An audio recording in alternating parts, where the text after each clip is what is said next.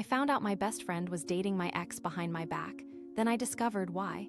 I thought I knew my best friend Sarah better than anyone.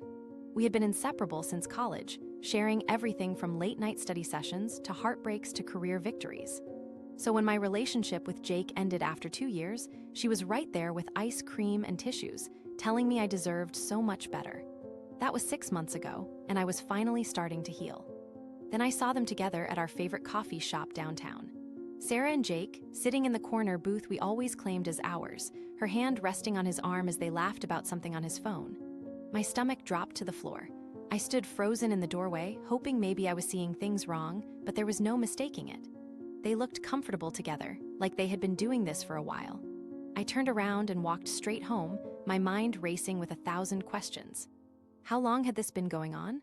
Was she comforting him about our breakup while secretly planning to swoop in? I called her that evening, trying to keep my voice steady. "Hey Sarah," I said, "want to grab dinner tomorrow? We need to catch up." She agreed immediately, which somehow made it worse.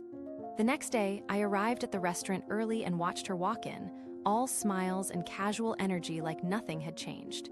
We ordered our usual appetizers and made small talk about work, but I could barely focus. Finally, I took a deep breath and asked the question that had been burning in my chest all night. "Sarah, are you dating Jake?" Her face went completely white. She set down her fork and stared at me for what felt like an eternity. "How did you find out?" she whispered. "I saw you two yesterday at the coffee shop," I said, trying to keep the hurt out of my voice. Sarah started crying right there at the table. I expected her to apologize, to beg for forgiveness, to explain how it just happened and she never meant to hurt me. Instead, she said something that completely blindsided me. "I had to get close to him," she said through her tears. "I had to make him trust me." "What are you talking about?" I asked, confused and angry. She looked around the restaurant nervously, then leaned forward and whispered, "Jake has been lying to you about everything. About his job, his family, even his real name." I laughed bitterly. "That is the worst excuse I have ever heard, Sarah. You are really going to make up some crazy story to justify dating my ex." But she grabbed my wrist across the table, her grip surprisingly strong. "Listen to me," she said urgently. "His real name is Marcus, and he has done this before. He targets women, gains their trust, learns everything about their finances and personal information, then disappears. My cousin Emma went through the exact same thing in Chicago 2 years ago. When I saw the photos you posted with him, I recognized him immediately." I sat there in stunned silence as she continued. "I have been gathering evidence for months," she said, pulling out her phone. Screenshots of conversations where he contradicted himself about his background, photos of multiple dating profiles with different names, even a recording of him on the phone talking about his next target. That target was my friend Lisa from yoga class. Everything I thought I knew about my relationship came crashing down around me. The job he claimed to have at a marketing firm, the company did not exist. The family stories he told me, all lies. Even the apartment he lived in belonged to someone else who was traveling abroad. Sarah had sacrificed her own reputation and our friendship to protect me and potentially other women from a predator. She had endured months of pretending to date someone she knew was dangerous, all while collecting evidence to expose him spans. We went to the police that afternoon with everything Sarah had gathered.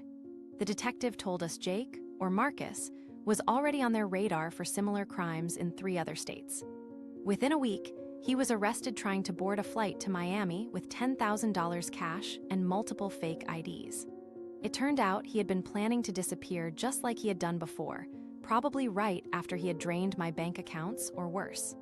Sarah and I cried together that night, finally able to be honest about everything. She had wanted to tell me the truth so many times, but she knew I would never believe her without proof. She had to make Jake trust her completely before she could get the evidence needed to stop him. The hardest part was watching me hurt over our breakup, knowing she could not comfort me the way she wanted to without risking the entire operation. Looking back, I should have noticed the signs. Jake never introduced me to his friends or family, always had excuses for why we could not visit his hometown, and was unusually interested in my financial situation and work schedule. But when you think you are in love, you make excuses for red flags instead of seeing them for what they really are. Sarah saved me from what could have been financial ruin or worse. She risked our friendship, endured months of stress and deception, all to protect me from someone who saw me as nothing more than a target. I will never be able to repay her for that sacrifice, but I am grateful every day that I have a friend who loves me enough to do something so difficult and selfless. We are closer now than we have ever been, bonded by this crazy experience that could have destroyed both our lives. Jake is serving 3 years for fraud and identity theft, and we both testified at his trial.